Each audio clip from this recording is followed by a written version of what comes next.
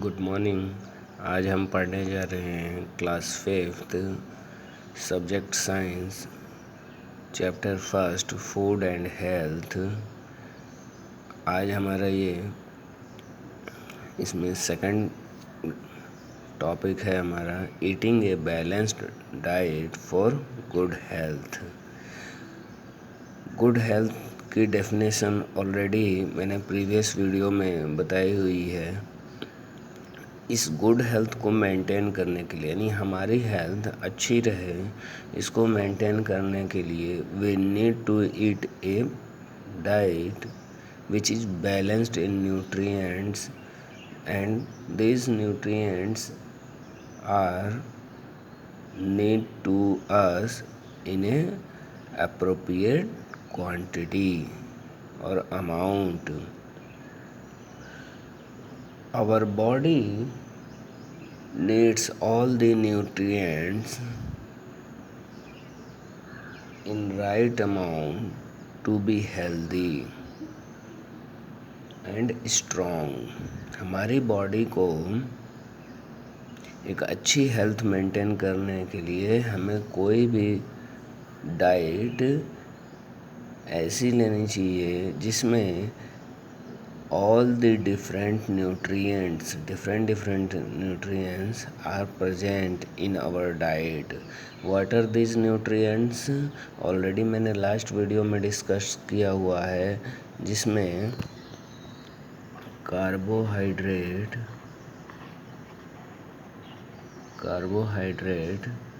Protein, fat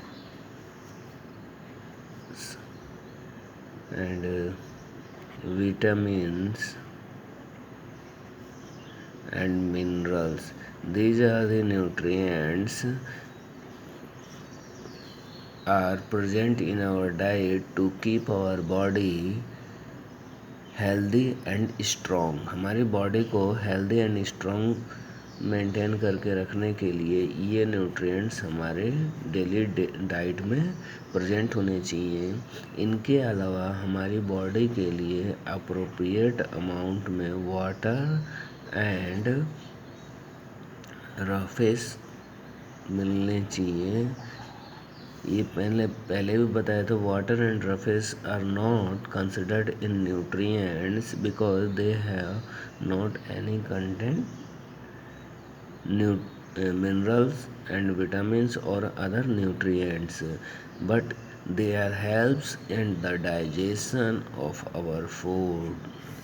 ये दोनों किस चीज़ में हेल्प करते हैं? Water and roughage help in the digestion of our food. ये हमारे फूड के डाइजेशन में हेल्प करते हैं, इसलिए इनका भी इम्पोर्टेंस है। किसका? वाटर एंड रफेस का। तो हम कोई भी डाइट अगर लें, it must be contain all the nutrients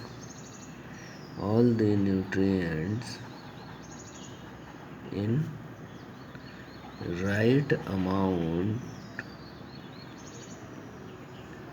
right amount which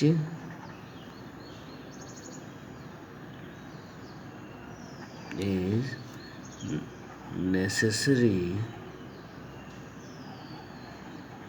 necessary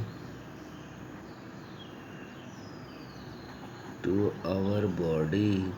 जो हमारी बॉडी के लिए नेसेसरी न्यूट्रिएंट्स हैं, that is carbohydrate, proteins, fats, vitamins and minerals, these are must be present in our diet to in right amount to maintain our body healthy and strong. इसलिए ये हमें हमारे diet में present होने चाहिए।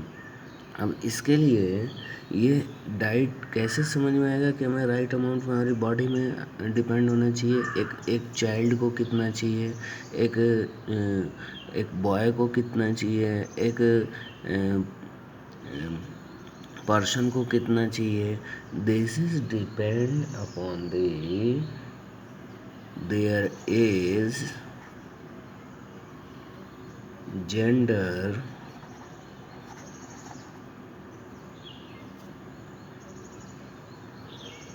And their physical activity.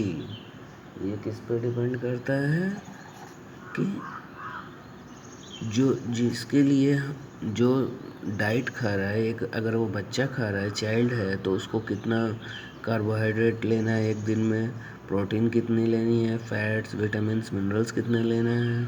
अगर कोई child है तो उसको कितना चाहिए, अगर कोई बॉय है तो कितना चाहिए, और कोई मेल पर्सन है तो कितना चाहिए, ठीक है, मेल पर्सन, ठीक है, या फिर फीमेल पर्सन, फीमेल है तो कितना चाहिए।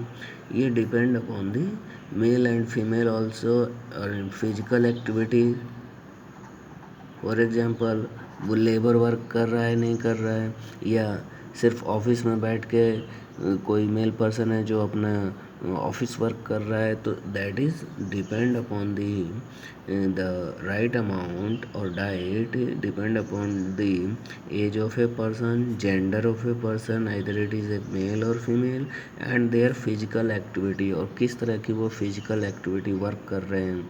अगर वो फिजिकल वर्क कर रहे हैं, फिजिकल वर्क मीन्स कोई चीज़ ऐसा जो है अपनी बॉडी से काम ले रहे हैं, कोई जैसे लगेज है या कोई अदर मटेरियल है जिसको उठाकर इधर से उधर रखना है, या फिर कोई ऐसा वर्क है जिसमें हमें हमारी एनर्जी बहुत ज़्यादा लग रही है, हमें एक जगह से दूसरी जगह मूव होकर काम करना है, फिजिकल वर्क है, जैसे लेबर वर्क होता है, अदर वर्क होते हैं, मूवमेंट का काम है, तो वो फिज़िकल एक्टिविटीज़ में उसको ज़्यादा अमाउंट में न्यूट्रिएंट्स की रिक्वायरमेंट होगी।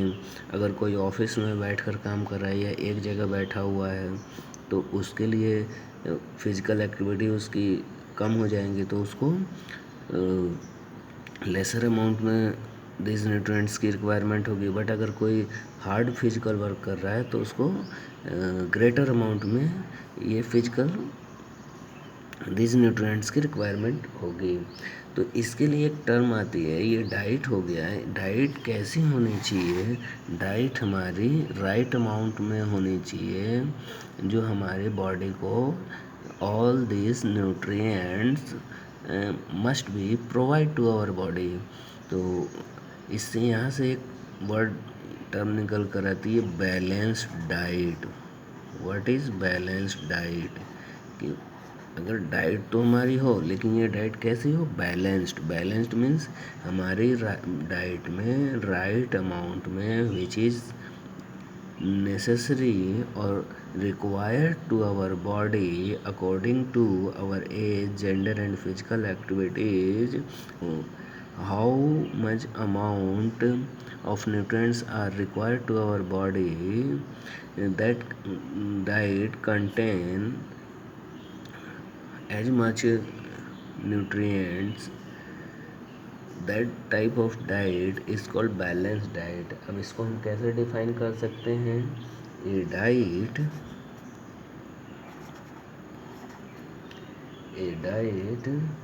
that includes, यानी एक ऐसी डाइट जिसमें क्या क्या मिले हुए हों, क्या क्या प्रेजेंट हो, that includes a variety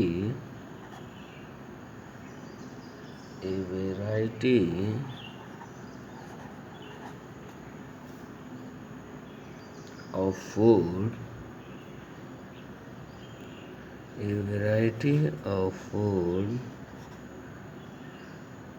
containing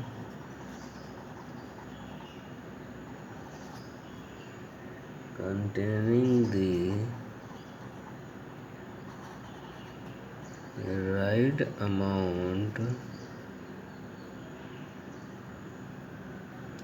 right amount of each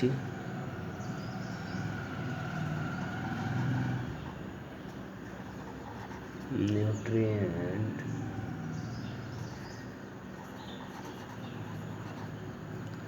is called a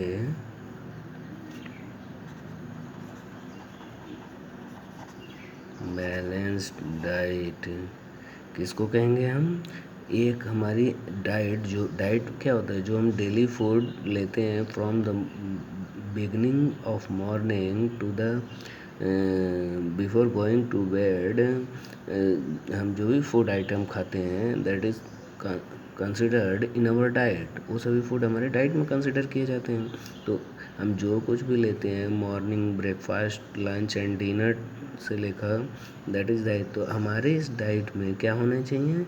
include a variety of food available होनी चाहिए। मीन्स अगर हम सिर्फ वीट लेते हैं तो वीट मोस्टली कंटेंस कार्बोहाइड्रेट्स, तो हम ज़्यादा से ज़्यादा कार्बोहाइड्रेट ले रहे हैं। अगर हम पोटैटो लेते हैं तो हम कार्बोहाइड्रेट ले रहे हैं, लेकिन हमारी बॉडी को प्रोटीन भी चाहिए, फैट्स भी चाहिए, विटामिन्स भी चाहिए, मिनरल्स भी चाहिए। तो we need variety of food which contain all these nutrients in right amount, which is depend on our age, gender and physical activities। तो इस तरीके से राइट अमाउंट में न्यूट्रिएंट्स चाहिए। That diet is called balance diet. इस तरह की अगर हम डाइट लेते हैं which is required according to our age, gender and physical activities, that diet is called balance diet. मतलब इस बैलेंस डाइट में ये बात बोली गई है कि we need to eat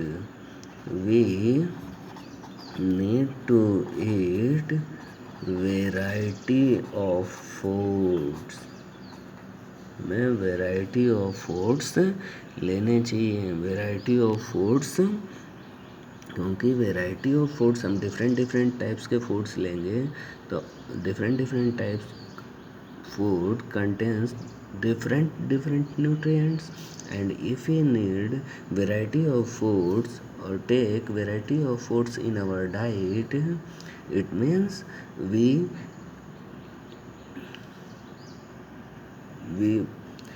take all nutrients to our body. Now variety of foods होने की वजह से हम फूड्स को मेनली 5 ग्रुप में कैटेगराइज कर सकते हैं। तो किस तरीके से कर सकते हैं देखते हैं। द 5 मेन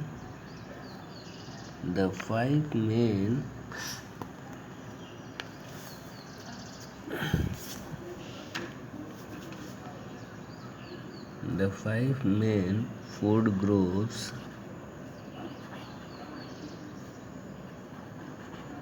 are, कौन से होंगे the 5 main food groups? 5 main food groups में हमारे आ जाएंगे जैसे सीरियल्स एंड पोटैटोज। ये 5 ग्रुप हम किस बेस पे कह रहे हैं? कि हमारे मेन न्यूट्रिएंट्स कौन से होते हैं? 5 न्यूट्रिएंट्स होते हैं। तो दिस सीरियल्स क्या होते हैं?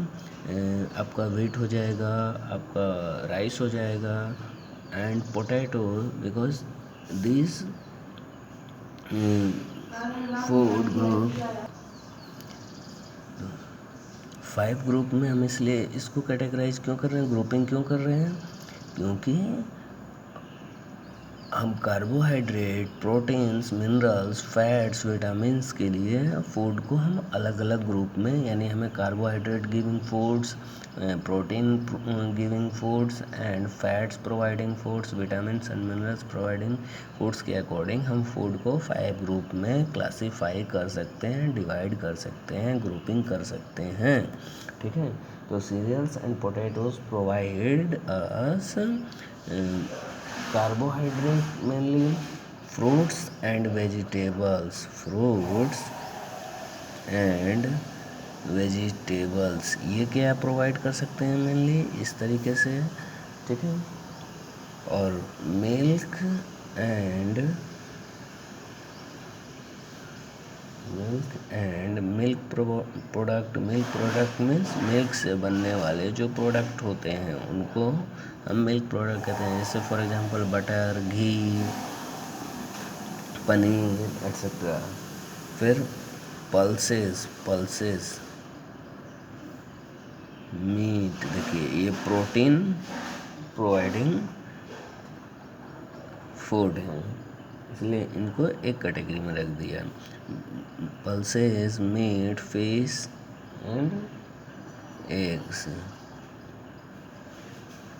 फिर नेक्स्ट में रखे हैं फैट्स, ऑयल्स एंड स्वीट्स। ये हमें क्या मेनली प्रोवाइड करते हैं? फैट प्रोवाइड करते हैं एंड स्वीट्स।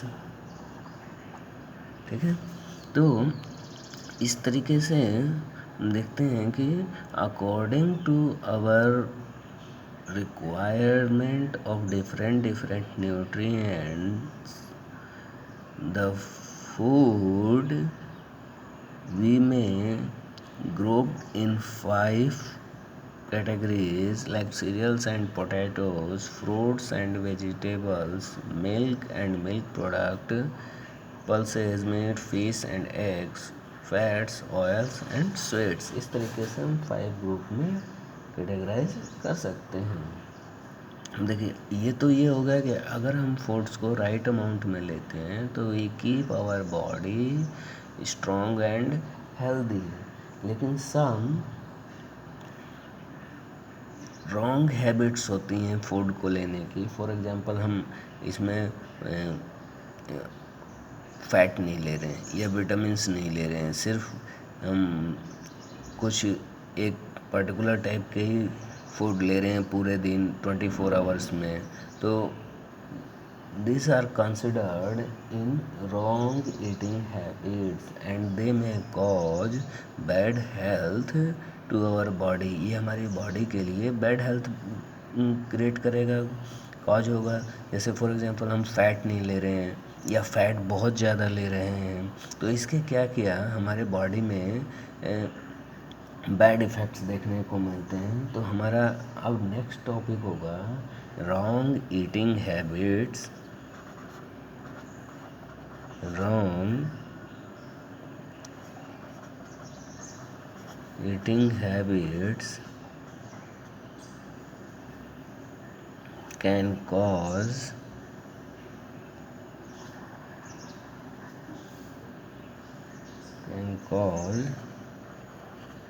Bad health. यानी कि अगर हम अपने डाइट में कोई भी फूड लेते हैं जो कि अप्रोप्रिएट अमाउंट में उसमें न्यूट्रिएंट्स नहीं है या बहुत एक्सेसिव अमाउंट में न्यूट्रिएंट्स हैं, तो this leads to bad health to our body. इससे जो हमारी हेल्थ होगी, बॉडी हेल्थ होगी, वो बैड होती जाएगी। तो इसके लिए many people can not gate a balance diet. क्या है कि बहुत से लोग ऐसे होते हैं जो अप्रोप्रिएट अमाउंट में बैलेंस डाइट नहीं ले पाते हैं।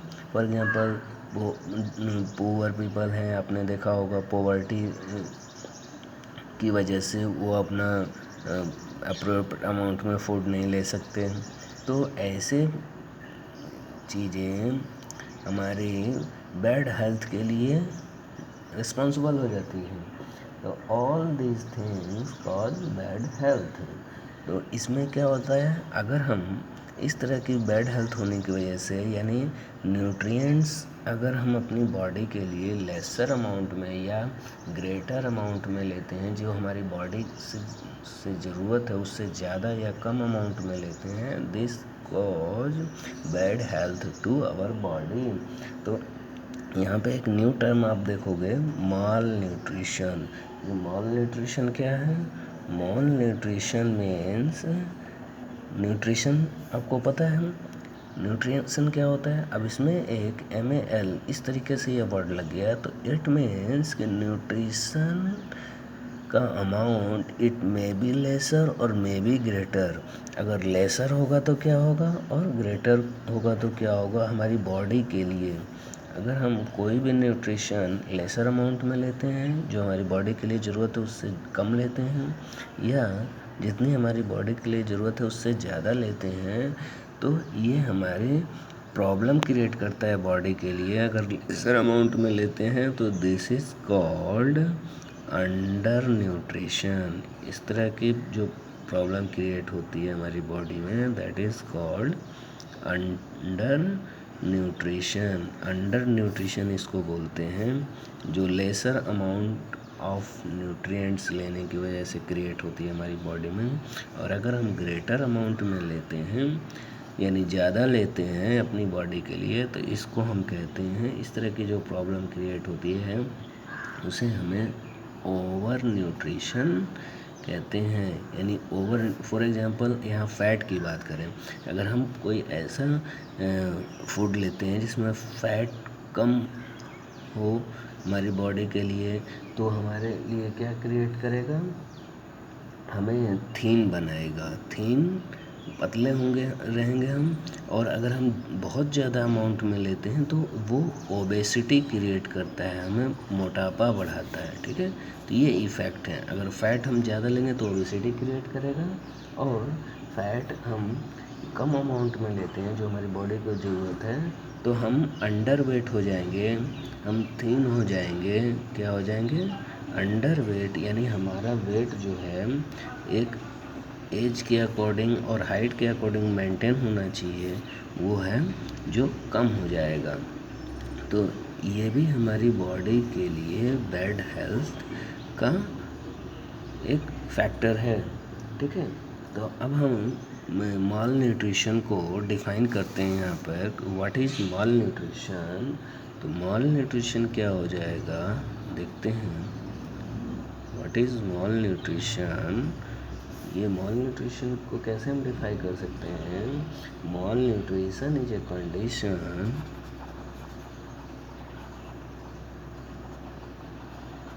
malnutrition is a condition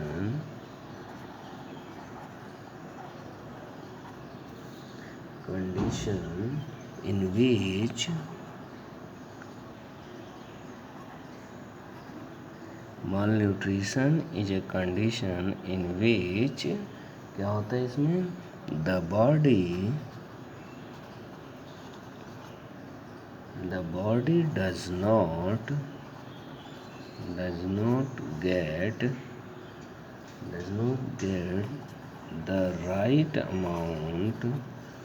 amount का क्या मतलब होता है, बैलेंस्ड अमाउंट में, राइट अमाउंट ऑफ न्यूट्रिएंट्स। अगर हमारी बॉडी को राइट अमाउंट्स में न्यूट्रिएंट्स नहीं मिलते हैं, राइट अमाउंट्स का मतलब जितनी हमारी बॉडी को, और ये कौन डिसाइड करता है, ये डाइटिशियन आपका डिसाइड करेगा। ठीक है, तो कोई भी हमारी बॉडी को राइट अमाउंट्स में अगर न्यूट्रिएंट्स नहीं मिलते हैं, मीन्स या तो वो लेसर अमाउंट में मिले या ग्रेटर अमाउंट में मिले, तो ये दोनों ही केस में हमारी बॉडी में माल न्यूट्रिशन क्रिएट होता है, मतलब डेफिशिएंसी न्यूट्रिशन की क्रिएट होती है, that leads to causes some diseases in the body. तो अगर लेसर की वजह से, मैंने कहा, इस टाइप के न्यूट्रिशन को हम, माल न्यूट्रिशन को हम अंडर न्यूट्रिशन कहते हैं। अगर ज़्यादा की वजह से होता है तो ओवर न्यूट्रिशन होता है। Lesser under nutrition under weight create करता है, यानी थीन होता है, इंसान पतला होता है। और बहुत ज़्यादा अमाउंट में लेता है, तो जैसे फॉर एग्जांपल फैट लेता है, तो ये ओबेसिटी क्रिएट करता है। ठीक है, तो अंडर न्यूट्रिशन क्या होता है, इसको देखते हैं। अंडर न्यूट्रिशन को कैसे हम डिफाइन कर सकते हैं? Under nutrition, a person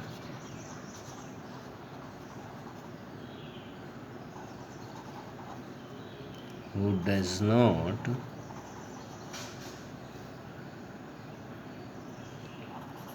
get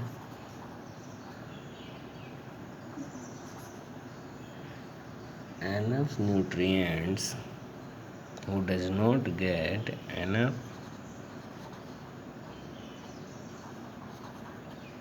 nutrients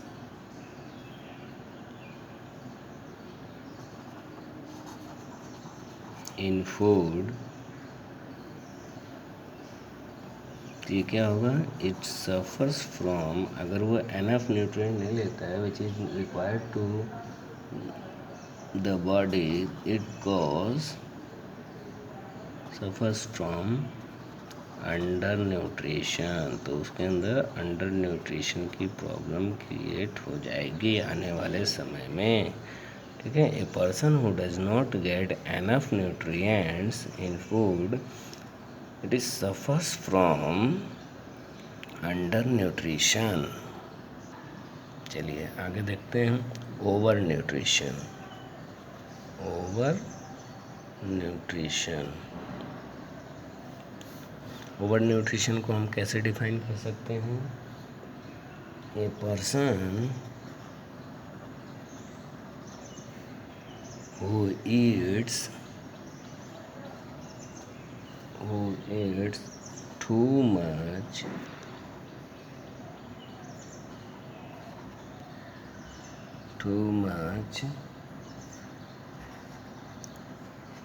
food or food with excess nutrients, यानी एक जो पर्सन है या तो बहुत ज़्यादा फूड लेता है, खाता है, या फिर उसमें ऐसे फूड खाता है जिसमें एक्सेस अमाउंट में न्यूट्रिएंट्स प्रेजेंट हों, दैट कॉज और इट में सफ़र फ्रॉम ओबेसिटी और सफ़र फ्रॉम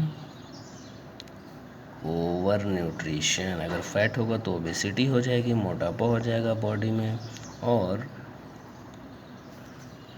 अदर न्यूट्रिएंट्स होंगे, इट में ऑल्सो कॉज ओवर न्यूट्रिशन। चलिए ठीक है, आज के लिए इतना बहुत है। अब इस पे हम कुछ होमवर्क के लिए क्वेश्चन नोट करते हैं। क्लास वर्क के क्वेश्चन आपको इस नोट्स से ही मिल जाएंगे। ठीक है, होमवर्क इसी पे बेस्ड हम देते हैं आज के लिए। आप लोग इसको घर बैठकर अपनी एक कॉपी बनाइए, उसमें होमवर्क करते रहिए। First of all most important यहाँ पे क्वेश्चन बनता है, what is meant by balanced diet. Balanced diet, ये बहुत इम्पोर्टेंट क्वेश्चन है आपके लिए। What is meant by balanced diet. Second question,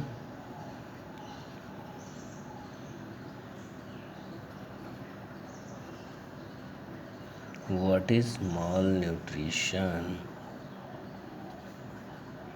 what is mall nutrition. Third question, define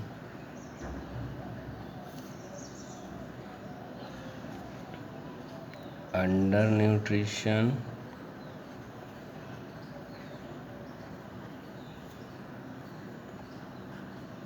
and over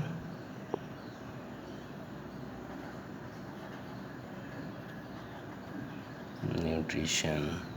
तो ये 3 क्वेश्चन है। फर्स्ट क्वेश्चन है what is meant by balance diet, what is mall nutrition, और 2 आपको definition लिखनी है, under nutrition and over nutrition की।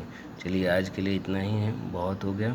अब नेक्स्ट चैप्टर में हम नेक्स्ट टॉपिक में जंक फूड एंड ओबेसिटी, और इन अगर आप न्यूट्रिशन को लेसर अमाउंट में लेते हो, यानी अंडर न्यूट्रिशन की जब कंडीशन हो जाती है, तो सम डिजीज़ेस होती हैं, उनकी वजह से डेफिशिएंसी ऑफ डिजीज़ेज कहते हैं। इन न्यूट्रिएंट्स की डेफिशिएंसी हो जाने पर कौन कौन सी डिजीज़ होती हैं, इसको हम नेक्स्ट क्लास में देखेंगे। Okay, thank you.